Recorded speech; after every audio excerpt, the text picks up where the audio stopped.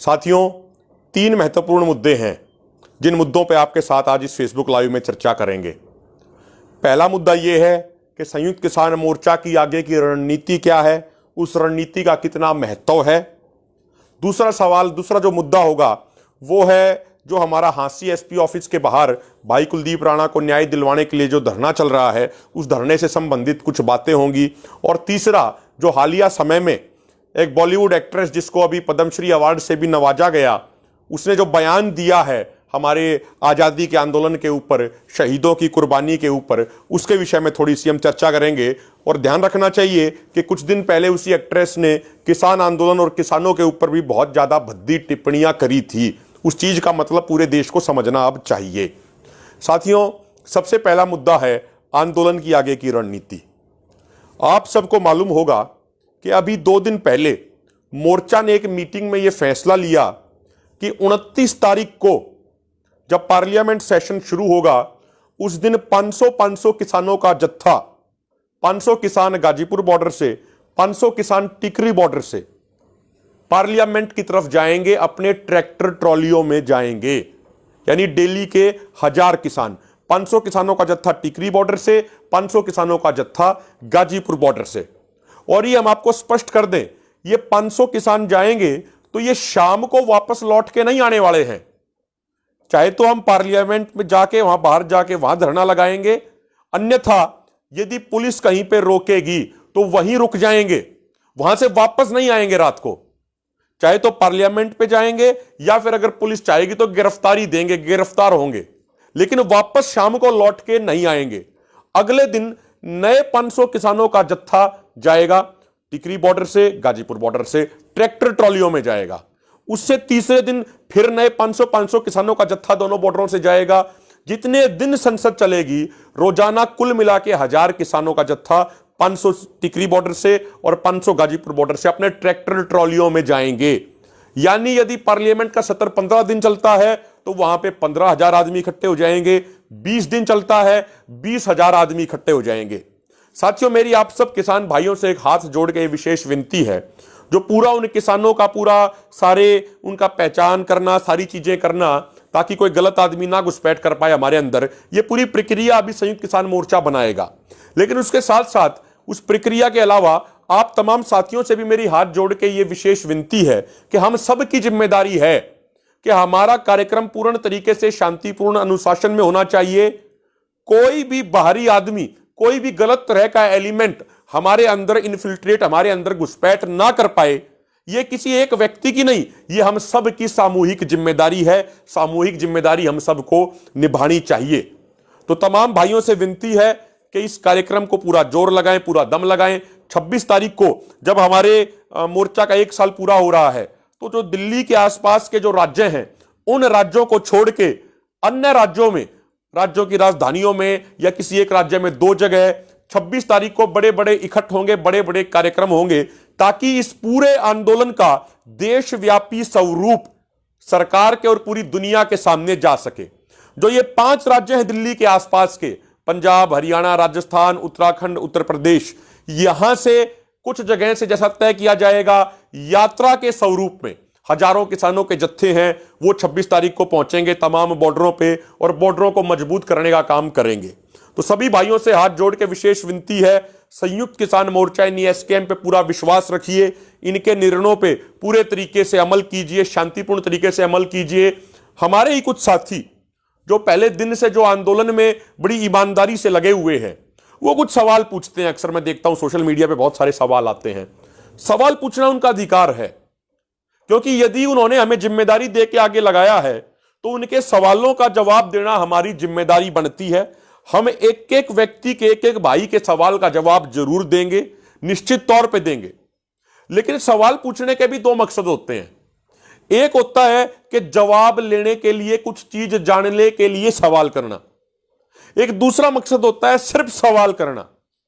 तो यदि कोई भाई जवाब लेने के लिए, यदि कोई भाई कोई चीज जानने के लिए सवाल पूछता है, तो उस सवाल को हम सादर आमंत्रित करते हैं। उस सवाल को जवाब देना हमारी जिम्मेदारी है। और यदि हमारी मैं ये बात कह रहा हूं, यदि हमारी किसी, मान लीजिए किसी बात में आपको कमी लगती है, तो सुझाव के तौर पे आप अपनी बात एक तरीके से हम तक पहुंचा सकते हैं।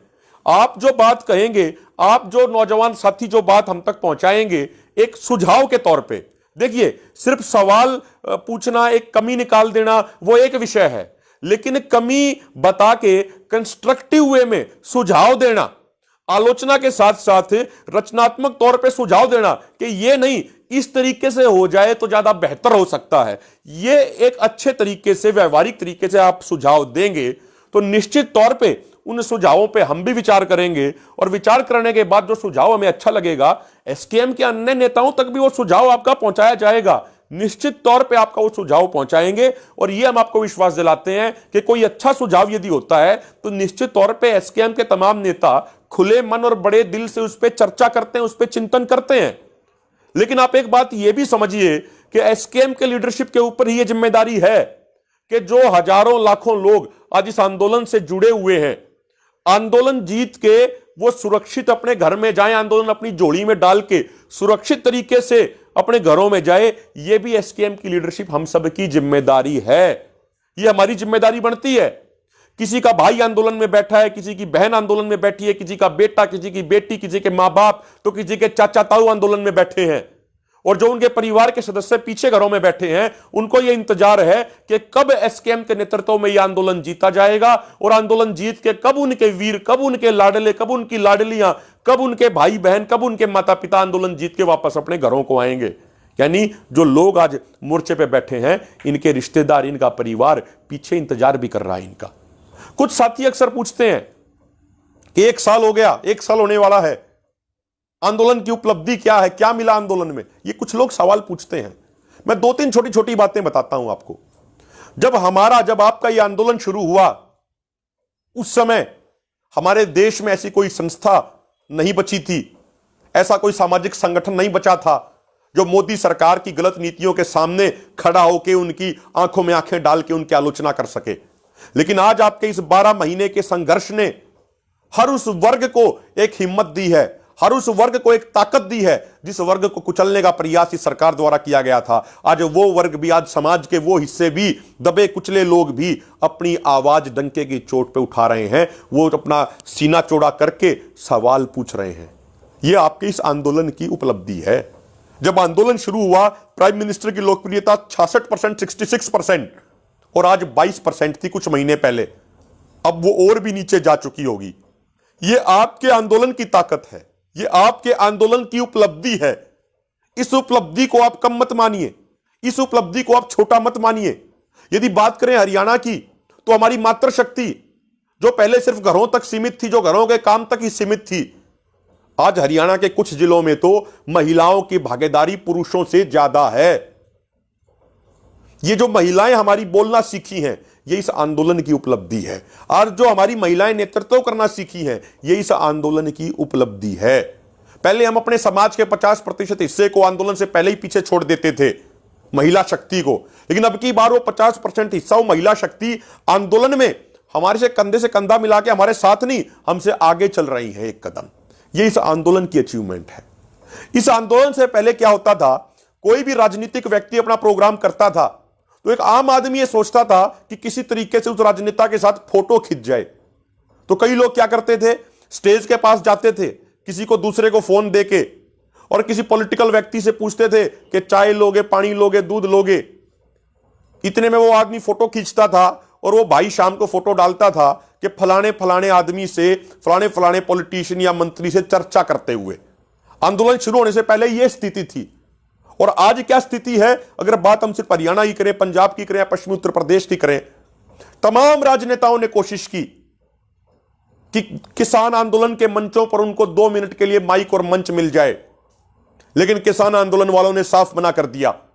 वो राजनेता, वो पूरा मुख्यमंत्री हाथ जोड़ के भी उन्होंने विनती करी कि 2 मिनट के लिए माइक मंच मिल जाए, लेकिन किसान समाज ने साफ मना कर दिया कि यह गैर राजनीतिक मंच है, यह गैर राजनीतिक माइक है, राजनीतिक लोगों को पास नहीं आने देंगे। यह इस आंदोलन की उपलब्धि है। पूरे सिनारियो को 180 डिग्री बदल दिया।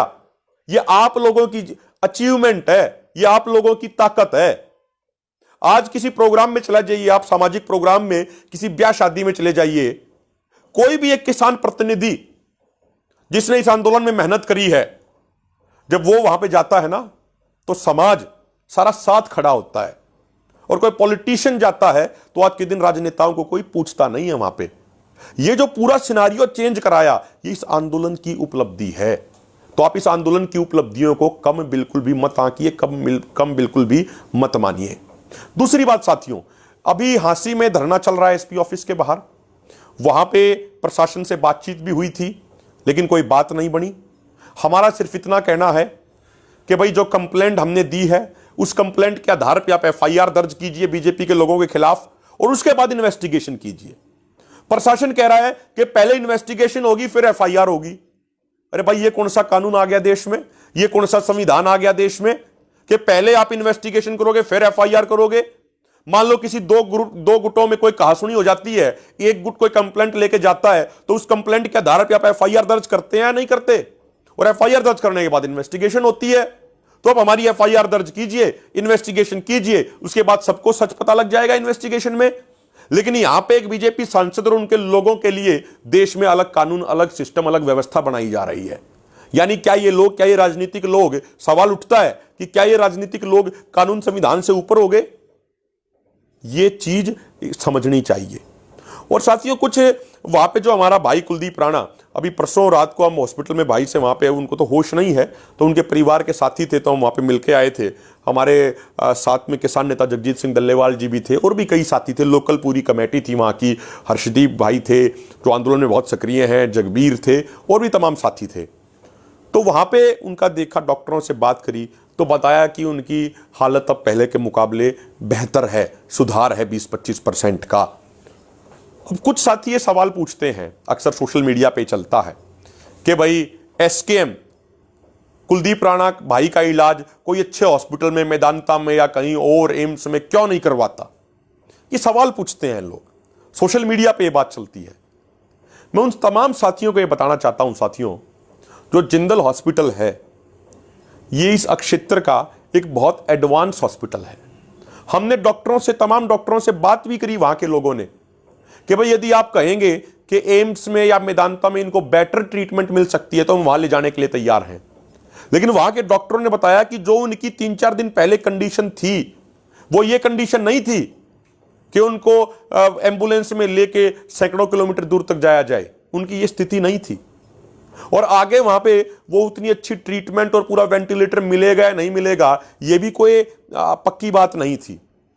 जो वहां के डॉक्टर हैं, तमाम लोगों से सुझाव लिए, तमाम लोगों से चर्चा करी, उनके परिवार के सब लोगों से बात करी वहां की कमेटी ने, और उसके बाद यह तय किया सबने, सब एक्सपर्ट की सलाह लेने के बाद, कि यहां जिंदल हॉस्पिटल में इनको बेस्ट इलाज मिल रहा है। और आगे यदि हमारा भाई एक बार थोड़ा ठीक हो जाए, चलने फिरने लग जाए, उसके बाद कोई रिकवरी के लिए यदि कोई डॉक्टर सलाह देगा, सुझाव देगा कि इनको उस हॉस्पिटल में ले जाइए, तो वहां भी उनको लेके जाएंगे। तो जो साथी अभी ग्राउंड पे है, जो वहां की कमेटी है, वो सारी चीजें कर रही है। आप उस कमेटी पे विश्वास रखिए। यदि आपका कोई सवाल है तो वहां की कमेटी के लोगों से पूछिए। यदि आप उनकी कमेटी के लोगों से फोन करके सवाल पूछेंगे तो आपको जवाब मिलेगा। यदि आप सिर्फ फेसबुक पे डाल देंगे तो उससे सिर्फ सवाल खड़ा होगा, जवाब नहीं मिलेगा। यह भी हमें समझना चाहिए। इस बात को हमें जब हम समझेंगे तभी बात बनेगी। दूसरी बात, कुछ साथियों ने कहा कि भाई हमने देखा सोशल मीडिया पे कि कुछ पेटीएम नंबर दिए गए हैं, उन पे विश्वास ना करें, ऐसी बातें कुछ लोगों ने लिखी। मैं आपको बता दूं, जब हांसी में एसपी ऑफिस का घेराव हुआ था तो उस दिन एक नंबर दिया गया था। पूरी जो वहां कमेटी बैठी थी, तमाम हजारों की संख्या में किसान बैठे थे।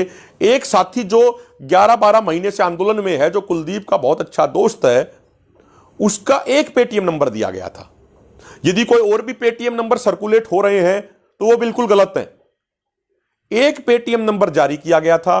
वो नंबर जारी करने से पहले तमाम लोगों ने, वहां की कमेटी ने उसका अकाउंट चेक किया था, इसमें कितने पैसे हैं, और फिर यह भी तय किया था कि अब इसमें आगे जो भी पैसा आएगा वो सारे का सारा कुलदीप के इलाज के लिए खर्च होगा, वो सारे का सारा उसके परिवार को जाएगा। तो उसको स्पष्ट किया था उस साथी को कि भाई तुम्हारा कोई निजी पैसा इस अकाउंट में नहीं आना चाहिए, कभी तुम बाद में कहो। तो उसने कहा कि इसमें कोई पैसा नहीं आएगा। और वहां के जो जिम्मेदार साथी हैं, जो मैयर टोल की जिम्मेदार कमेटी है, वो एक एक पैसे का उसके पास हिसाब है पूरा। वो बहुत जिम्मेदार आदमी है। जो वहां के उस टोल कमेटी के इंचार्ज हैं वो रिटायर्ड फौजी हैं। वो जो मांगेराम मलिक जी हुए जिन्होंने भारतीय किसान यूनियन को शुरू करने में सबसे बड़ी भूमिका निभाई थी 1970 के दशक में, वो उनके बेटे हैं। बड़ी जिम्मेदारी से, बड़ी ईमानदारी से वो टोल चला रहे हैं। वो सारी चीजें एक एक चीजें नोट करते हैं। तो बहुत जिम्मेदार और बहुत विश्वसनीय लोगों के हाथ में पूरा मामला है। आप घबराइए मत किसी भी चीज को लेके, आप किसी भी चीज को लेके चिंतित मत होइए। सवाल होते हैं, फोन उठाइए, सवाल पूछिए। अब आप जवाब लेना आपका अधिकार है। और अंतिम बात साथियों, कल परसों जो अभी ये अवार्ड मिलने के बाद एक एक्ट्रेस कंगना रनौत ने जो बोला कि भाई 1947 में तो आजादी जो थी वो भीख में मिली थी, असली आजादी तो 2014 में मिली। ये बातें कह के उस एक्ट्रेस ने हमारे आजादी के आंदोलन में शहीद हुए लाखों, 6 लाख से अधिक शूरवीरों और वीरांगनाओं का अपमान किया है। यह बात कह के उसने महात्मा गांधी से लेके सुभाष चंद्र बोस से लेके लाला लाजपत राय, सरदार पटेल, पंडित नेहरू, चंद्रशेखर आजाद, भगत सिंह, राजगुरु, सुखदेव, अशफाकुल्ला खान, झांसी की रानी लक्ष्मीबाई, तात्या टोपे, तमाम इन लोगों का अपमान करने का काम उस महिला ने, उस एक्ट्रेस ने किया है। और हम बहुत पहले यह बात कह रहे थे। आज से कुछ समय पहले जब आंदोलन शुरू हुआ था, लगभग 1 साल पहले, तो इसी एक्ट्रेस ने, इन्हीं तरह के कुछ लोगों ने भाजपा की चाटुकारिता, उनके तलवे चाटने के चक्कर में इस देश के अन्नदाता को आतंकवादी, खालिस्तानी, माओवादी बताया था। तरह तरह के भद्दे आरोप लगाए थे किसान समाज पे, किसान आंदोलन के ऊपर। और तब हमने कहा था, ये विनती की थी सब लोगों से कि आप सब एकजुट होइए, आप सब खड़े होइए और ऐसे लोगों को मुंह तोड़ जवाब देने का काम कीजिए। यदि आज आप चुप रहोगे तो कल आपका भी नंबर आएगा। जिस तरीके से पहले किसान आंदोलन को बदनाम करने का प्रयास इन सो कॉल्ड सेलिब्रिटीज, मैं इनको सेलिब्रिटीज नहीं कहता, ये चाटुकार हैं, ये सत्ता पक्ष के तलवे चाटते हैं। इन लोगों ने जैसे किसान आंदोलन को बदनाम करने का प्रयास किया, आज आजादी के आंदोलन को यह बदनाम करने का प्रयास कर रहे हैं। कल को ये हर उस व्यक्ति को टारगेट करेंगे जो व्यक्ति न्याय के लिए खड़ा होगा, जो व्यक्ति ईमानदारी के लिए, जो व्यक्ति हक और अधिकार के लिए खड़ा होगा। यदि कल को एक आम आदमी जिसके पास रोजगार नहीं होगा, यदि वो अपने रोजगार के लिए सवाल पूछेगा, तो ये क्या कहेंगे? ये सो कॉल्ड सेलिब्रिटीज, ये चाटुकार, उसको आतंकवादी बता देंगे, उसको खालिस्तानी बता देंगे, उसको उग्रवादी बता देंगे। इस तरीके से मतलब इनका एजेंडा क्या है? इनका एजेंडा है कि बीजेपी आरएसएस की आईटी सेल की हां में हां मिलाना। इसके अलावा इनका कोई काम नहीं है। ना ये सेलिब्रिटी कहलाने लायक हैं, ना ये एक्टर एक्ट्रेस कहलाने लायक हैं, ये कुछ कहलाने लायक नहीं है। ये हैं तो सिर्फ चाटुकार हैं, ये तलवे चाटते हैं बीजेपी आरएसएस वालों के, और कुछ नहीं करते। और ये एक्ट्रेस ये बात जान ले कि भीख में तो सिर्फ अवार्ड मिल सकता है। जो ये अवार्ड मिले हैं ना, ये भीख में मिल सकते हैं। आजादी की लड़ाई भीख में नहीं जीती जाती, आजादी भीख में नहीं मिलती। आजादी के लिए 6 लाख से अधिक नौजवानों ने, नवयुवतियों ने, बुजुर्गों ने, किसानों ने, मजदूरों ने अपनी कुर्बानियां दी थी। शायद ये भूल गए, इन्होंने इतिहास नहीं पढ़ा। इन बीजेपी आरएसएस वालों का खुद का कुछ इतिहास है नहीं, तो इसलिए ये समझते हैं कि दूसरों का भी नहीं होगा। इनको मालूम होना चाहिए कि किसान मजदूरों को, हजारों लाखों की संख्या में किसान मजदूरों को अंग्रेजों ने गांव के बाहर पेड़ों पे फांसी पे लटका दिया था। 1-1 महीने तक उनकी लाश नहीं उतरने दी थी। लोगों में भय पैदा करने के लिए, उनमें खौफ पैदा करने के लिए अंग्रेजों ने इतने क्रूर नरसंहार किए थे। जलियांवाला बाग कांड ये अंग्रेजों ने किया था ताकि भारत को आजादी ना मिल सके। और उसको ये कहते हैं कि वो आजादी नहीं थी, वो तो भीख में कुछ चीज मिली थी। ये कहते हैं कि 2014 में देश को असली आजादी मिली। क्या मिला? 2014 के बाद किसानों की आत्महत्या बढ़ गई। 2014 के बाद देश में बेरोजगारी रिकॉर्ड स्तर पे बढ़ गई। 2014 के बाद देश की आर्थिक व्यवस्था ठप हो गई। 2014 के बाद देश में हिंदू मुसलमान के नाम पे, जातिवाद के नाम पे लोगों को बांट दिया गया। तो क्या यह है? शहीदों ने जो कुर्बानी दी थी वो ऐसा मुल्क बनाने के लिए दी थी जहां पे किसान को उसका अधिकार हो, जहां नौजवान को उसका अधिकार हो, जो सब लोग मिलजुल के रहें, समाज को और भारत को मजबूत बनाने की तरफ काम करें।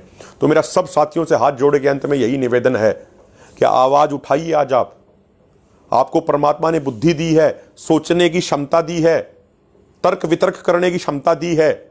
आप सवाल उठाना शुरू कीजिए। इस तरह के लोग जो बेवजह की टिप्पणियां करते हैं उनको जवाब देना शुरू कीजिए, नहीं तो कल हर उस व्यक्ति को कुचलने का प्रयास किया जाएगा, हर उस व्यक्ति की आवाज को दबाने का प्रयास किया जाएगा जो आवाज हक के लिए उठेगी। इसलिए आप सबसे हाथ जोड़ के मेरा यही निवेदन है, एसकेएम पे विश्वास रखिए भाइयों। कुछ साथी हमारे ही साथी हैं, वे आंदोलन में वो भी जुड़े हुए हैं, मानते हैं, बिल्कुल मानते हैं, जोश ज्यादा है उनमें, तो कई बार ज्यादा जोश में उतावले होकर कह देते हैं कि जल्द से जल्द कुछ कर दीजिए, सब कुछ होगा। वो अपने हरियाणा में कहावत है ना कि ज्यादा गर्म खाने का प्रयास करेंगे ना तो जीभ भी जल जाएगी, टेस्ट भी नहीं आओगा, खाने का मजा भी नहीं रहेगा। इसीलिए बढ़िया बात, सुथरी बात यह है कि आपका कोई सुझाव है, आप सुझाव हम तक पहुंचाइए, आपके सुझाव पे विचार करेंगे, जो सुझाव बढ़िया होगा उसको एसकेएम की मीटिंग में रखेंगे भी और सब लोग खुले मन बड़े दिल से विचार भी करेंगे। लेकिन मेरे साथियों, ये विनती है, ये आपका अपना मोर्चा है, ये कोई हमारा कोई 40 लोगों का या 400 लोगों का मोर्चा नहीं है, या कोई 9 लोगों का मोर्चा नहीं है, ये भारत के 80 करोड़ किसानों का मोर्चा है। आपकी ताकत से, आपके सहयोग से ये मोर्चा चल रहा है, तो आपकी भावना के अनुसार ही चीजें करी जाएंगी। लेकिन लीडरशिप की जिम्मेदारी भी है कि मोर्चा भी जीतें और अपने लोगों को सुरक्षित भी रखें।